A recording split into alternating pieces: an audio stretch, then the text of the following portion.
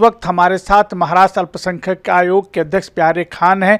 उन्होंने किस तरीके की पहल की है, उमराह में कितने लोग गए हैं, कितने टूर ट्रेवल्स के लोगों के थ्रू वहाँ पे गए हैं, क्योंकि काफ़ी जगह से एयरलाइंस ने उड़ानें रद्द कर दी है। प्यारे खान जी, उमराह में क्या रिपोर्ट है आपके पास? क्या अब तक आपने फॉलोअप दिया है कि महाराष्ट्र से और विदर्भ से कितने लोग फंसे हुए हैं? देखिए, अकेले मेरे पास कुछ कंप्लेंट्स आई थी, कुछ लोग आए थे। अकेले नागपुर से ही जो है 1800 से 2000 लोग गए और विदर्भ से तकरीबन 4,500-5,000 लोग होंगे।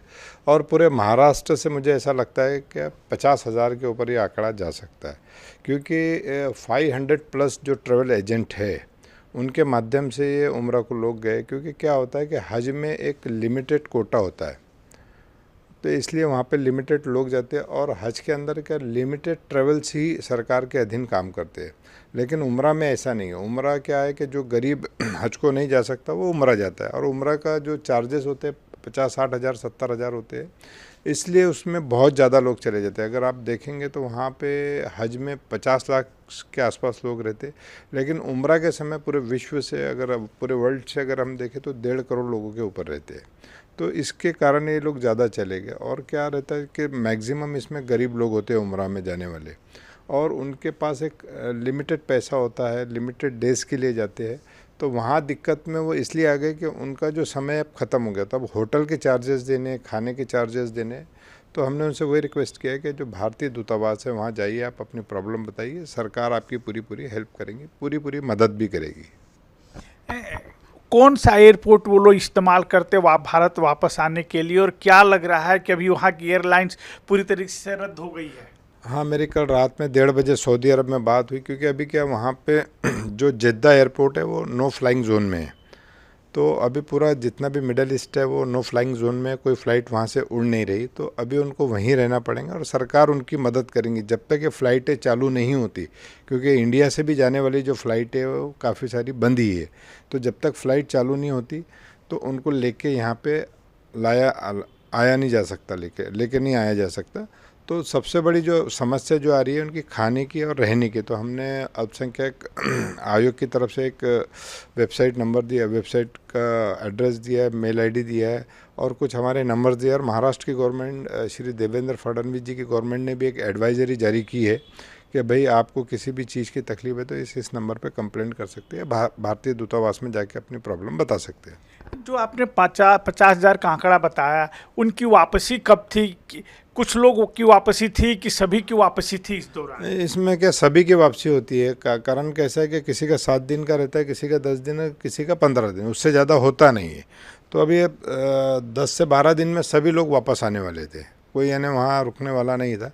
लेकिन इस बीच ये समस्या आ गई। कुछ मुझे वहाँ पे सिख ड्राइवरों के भी फ़ोन आए, कुछ क्रिश्चियंस के भी लोगों की मेरे पास कंप्लेंट आई है, और कुछ क्या बोलते हैं सिख समाज के, क्रिश्चियन समाज के भी लोग हैं, जैन समाज के लोग हैं।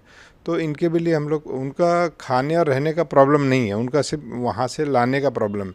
लेकिन ये जो उम्रा को गए, इनका सबसे बड़ी समस्या ये आ गई कि उनको वहाँ खाने का और रुकने का, ये सबसे बड़ी समस्या आ गई। जब से युद्ध शुरू हुआ उस दौरान से अब तक कितने लोग जो 50,000 गए होंगे, उनमें से कितने लोगों की वापसी थी?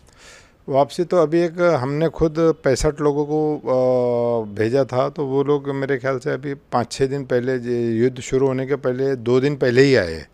तो अभी सारे के सारे लोग वो वहाँ फंसे हुए है। और मैक्सिमम लोग जो वापस है ना, अभी आज से 8-10 दिन के अंदर सब वापस आना चालू हो जाते हैं, क्योंकि ईद के पहले सब आ जाते हैं अपने यहाँ। ईद कुछ यानी 1% लोग ईद वहाँ की करते होंगे, लेकिन मैक्सिमम लोग जो ईद है वो भारत की करते हैं। तो ये कहा जाए कि जो युद्ध से कुछ दिन पहले गए थे और उनका युद्ध के दौरान वापसी थी, वो फंस गए, वो सारे के सारे फंस गए, वो जितने भी है। क्योंकि ये लिमिटेड डेज के लिए होता है उम्रा होता है 10 दिन के लिए और 15 दिन के लिए या 7 दिन के लिए, इससे ज़्यादा नहीं होता है। तो क्या आपने महाराष्ट्र सरकार से और टूर ट्रेवल से बातचीत किया है कि उनको मदद दें, किस तरीके से मदद हो? हाँ, हमने एक टूर जितने भी एजेंट लोग हैं उनको बोला है कि जितने भी 500+ एक पत्र दिया है, कल पत्र भी निकाला, मैं आपको दे देता हूँ, कि सारे अपने जितने भी लोगों को भेजा है। तो एक स्टार टूर्स करके नाम आया, कल संडे का दिन था, बंद था, फिर भी उन्होंने 277 यात्री एक टूर वाले ने भेजा है। तो ऐसे कितने लोगों ने भेजा है जो 500 प्लस है, तो उसका हम आंकड़ा लेके सरकार को देंगे। और एक कंप्लेंट और भी आई है कि एक टूर ऑपरेटर वहाँ से सऊदी अरब से फ़रार हो गया, क्योंकि उनका समय ख़त्म हो गया था। अब वो खाने के और रहने के पैसे देने पड़ रहे होंगे, तो एक टूर ऑपरेटर फ़रार भी हो गया। उसका भी हम नाम निकालने की कोशिश कर रहे हैं, वो कौन सी टूर कंपनी है करके। तो उसके साथ कितने भारतीय गए थे? ना महाराष्ट्र के लोग? महाराष्ट्र के लोग थे। अभी एक्चुअल फिगर आने का है, तकरीबन मेरे ख्याल से 250-300 तो हर टूर ऑपरेटर मिनिमम से मिनिमम लेके जाता है।